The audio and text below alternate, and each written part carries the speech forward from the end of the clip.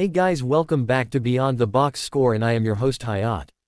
Today we're breaking down 4 college basketball matchups for March 5th, Michigan at Iowa, Rutgers at Michigan State, Western Kentucky at Missouri State, and Temple vs Tulane. And here's the interesting thing today guys, don't go anywhere after these 4 breakdowns because I'm also giving you some quick picks outside of these games today. A couple rapid fire spots I'm targeting that didn't make the full deep dive section. So stay connected all the way through. This is pure analysis and opinion, no guarantees, no promises, just how I see the March 5th slate setting up if these matchups unfold the way the data and situations suggest. And real quick before we dive in, we are pushing toward 2K subscribers. That's the target. If you've been rocking with these full slate breakdowns, help us get there. It takes a second for you, but it means everything to the channel. Alright, let's get into it and start connecting the dots.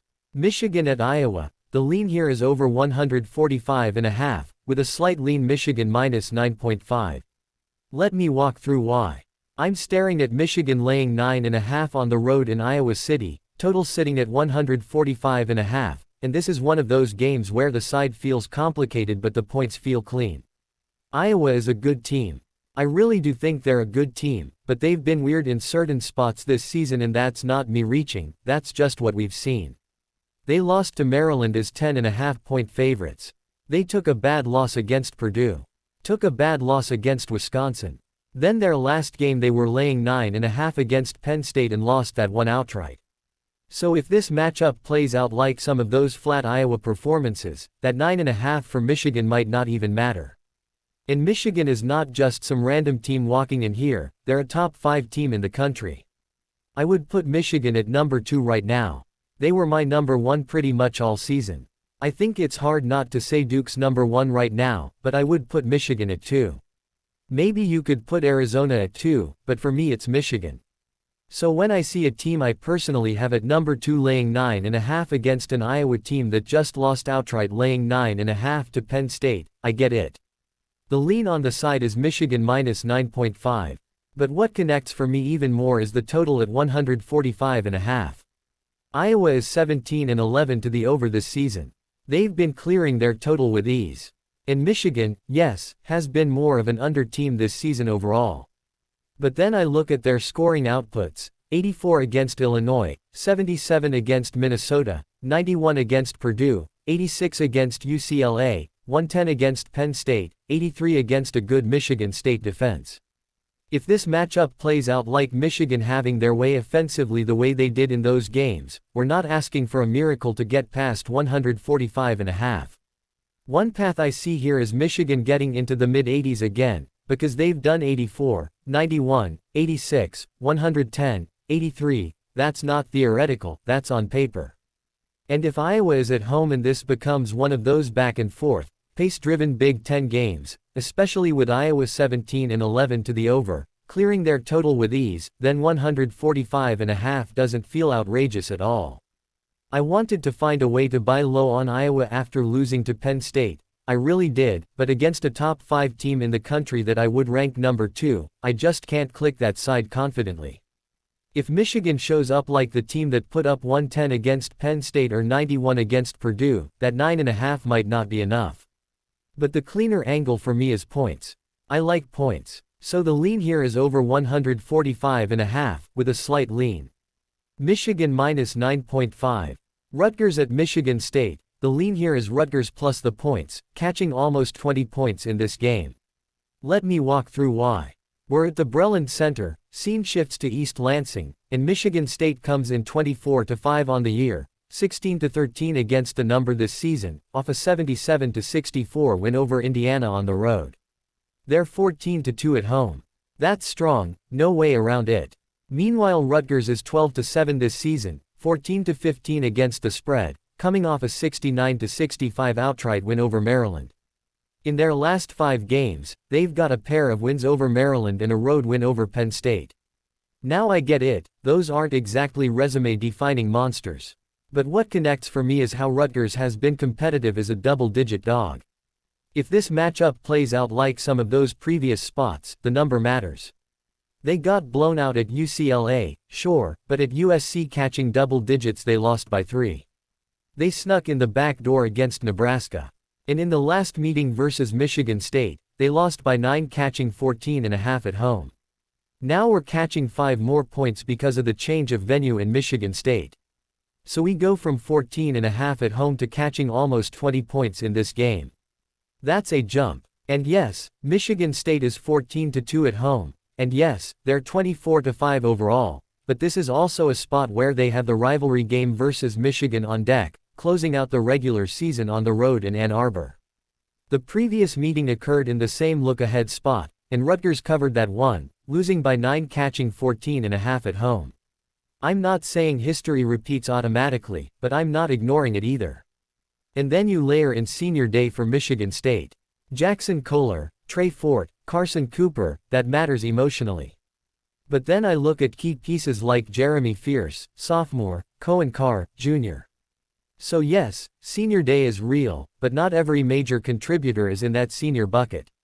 One path I see here is Michigan State controlling the game, but Rutgers hanging around enough because they've shown they can as a double-digit dog. Even last year with Dylan Harper and Ace Bailey, this Rutgers team was below 500 at season's end, and you lose those two, they're not walking back through the door, so expectations shouldn't be inflated. But being 14-15 against the spread while being competitive in these big underdog roles tells me something. If this matchup plays out like the USC game where they lost by 3 catching double digits, or like the last Michigan State meeting where they lost by 9 catching 14.5 at home, then catching almost 20 points in this game feels heavy. Michigan State is the better team, the 24-5 record says that, the 14-2 home mark says that, but the number is doing a lot of work here. And if the rivalry game in Ann Arbor is even a tiny distraction, even subconsciously, that matters. So when I put it all together, competitive double-digit dog history. Previous loss by 9 catching 14.5, now catching 5 more points because of the change of venue, rivalry on deck in Ann Arbor, 24-5 and 16-13 against the number for Michigan State, but a big number on senior day. Yeah, the lean sticks at Rutgers plus the points, catching almost 20 points in this game.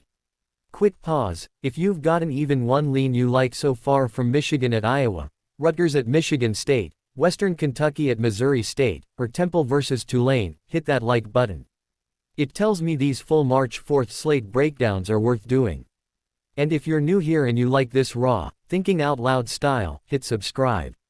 We're pushing for 2K subscribers and every single click matters. Takes a second for you, means the world to the channel. Now let's keep rolling. Western Kentucky at Missouri State. The lean here is Western Kentucky to win and cover over Missouri State. Let me walk through why. This one is set for Thursday, March the 5th, 2026, and I'm looking at Western Kentucky -1 at Missouri State. And right away it jumps out to me that this is a low spread game, basically a coin flip type scenario. We're still waiting for the opener to come out, but it should be right around this number, and their numbers are always pretty close.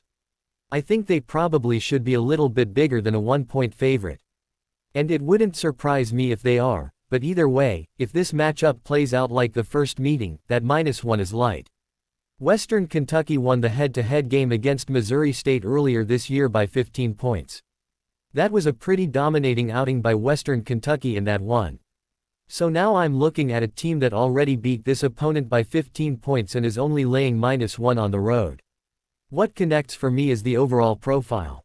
Western Kentucky is the #1 defensive team in Conference USA coming into this game. That's not a small note. Defense travels. And they're quietly on 6 straight wins coming into this one. 6 straight wins, #1 defensive team in Conference USA, already beat this opponent by 15 points earlier this year, and we're calling this basically a coin flip type scenario. On the other side, Missouri State has dropped 7 in a row. 7 in a row. So one path I see here is pretty straightforward. The better team, better defense, a team playing a lot better basketball right now, against a team that has dropped 7 in a row. If Western Kentucky shows up defensively the way the #1 defensive team in Conference USA should, and if the form continues with 6 straight wins coming into this one, then -1 feels short. Even if it floats a little higher, I already think they probably should be a little bit bigger than a 1-point favorite, and it wouldn't surprise me if they are. This is exactly the type of low spread game I specialize in. Low spread game, coin flip type scenario on paper. But when I break it down, it doesn't feel like a coin flip because one team has won 6 straight and the other has dropped 7 in a row. So if this matchup plays out like the head-to-head where Western Kentucky won by 15 points, or even just if it plays out like a team on 6 straight wins against a team that has dropped 7 in a row, the path is clear. For me it's simple. Better team, better defense, playing a lot better basketball right now. So the lean here is Western Kentucky to win and cover over Missouri State. Temple versus Tulane, the lean here is Tulane plus the points. Let me walk through why. Temple comes into this one with a record this season of 15-14 on the year, 11-17 against the number this season, and they're coming off an 80-74 loss to Rice in their last matchup. On the other side, Tulane is 17-2 this season, 13-15 against the number this year, and they ended up on the wrong side of a 90-62 blowout loss to USF in their last matchup. That 90-62 game against USF was tough, because going into that game Tulane had been playing really good basketball on the road. They were 6-2 straight up on the road going into that game against USF. They had beaten North Texas, UAB, Memphis, Charlotte, and they covered against depending on where you got that line. So if this matchup plays out more like the Tulane team that was 6-2 straight up on the road and beat North Texas, UAB, Memphis, Charlotte, then I'm looking at value with points in my pocket. The context matters too. These teams are separated within 1 game of each other in the AAC tournament, and the top 10 seeds do make this conference tournament. Right now Rice and East Carolina are a game back of Temple and Memphis for those final 2 spots. So a win here for Temple goes a long way towards securing safety, and a win here would also secure that barring results of Rice and East Carolina. Tulane is pretty much there, but they're trying to sneak into the top 4 and get a bye to the quarterfinals because the AAC has adopted that ladder format where if you're the 4 seed you go all the way to the quarterfinals while the 5 and 6 play a day earlier in the second round. So motivation is real on both sides. What connects for me stylistically is Tulane in conference play being really good at 3-point shooting and being the best team in the conference at getting to the foul line. That's a weakness of Temple's defense. Tulane also shoots pretty well from the foul line. Temple also shoots pretty well from the foul line. These 2 teams are almost identical, you could almost say they cancel each other out. So if they cancel each other out and this becomes a free throw contest late, if this matchup plays out like a 1-possession game down the stretch, then 4.5 is just too many. 4.5 is just too many for a game that could be a 1-possession game. Temple is 15-14, 11-17 against the number, coming off an 80-74 loss to Rice. Tulane is 17-2, 13-15 against the number, coming off a 90-62 blowout loss to USF, but prior to that they were 6-2 straight up on the road, beating North Texas, UAB, Memphis, Charlotte. If that road version shows up instead of the one that lost 90-62 to USF, then grabbing 4.5 in what could be a 1-possession game makes sense to me. Road performance has been profitable this season, and if it's tight late and both teams are shooting pretty well from the foul line, I want as many points as I can get. So yeah, if this matchup plays out like a free throw contest late or a back and forth where neither side separates, the lean sticks at Tulane plus the points. Alright, now let's hit real quick picks as I told you in start. First up, Long Beach State vs UC Davis. I'm keeping this simple. I'm not messing with the spread here, take UC Davis on the moneyline. Next, UC San Diego vs Cal State Fullerton. The line's sitting at 3.5, and I'm grabbing the points with Fullerton plus 3.5. And then Cal Poly vs UC Irvine. The number is 9.5, and honestly, that's a lot. I know Irvine can roll, but 9.5 in this matchup feels heavy. I'm taking the points here, give me Cal Poly plus 9.5. Alright, that wraps it up for all 4 matchups on March 5th. Michigan at Iowa, Rutgers at Michigan State, Western Kentucky at Missouri State, and Temple vs Tulane, plus those quick picks I told you to stick around for. As always, this was analysis and opinion only, nothing guaranteed, just me working through how these games could play out if the situations line up the way they look on paper. Some of these spots are about pace, some are about look-ahead angles, some are about conference positioning, but it's all about connecting the dots before tip. Drop AZ in the comments and let me know which game stood out to you the most, or if you're seeing one of these March 4th matchups completely differently. I want to hear it. And if you haven't already, help us hit the 2K subscriber target. Like the video, subscribe to the channel, and let's keep building beyond the box score the right way. More breakdowns coming soon.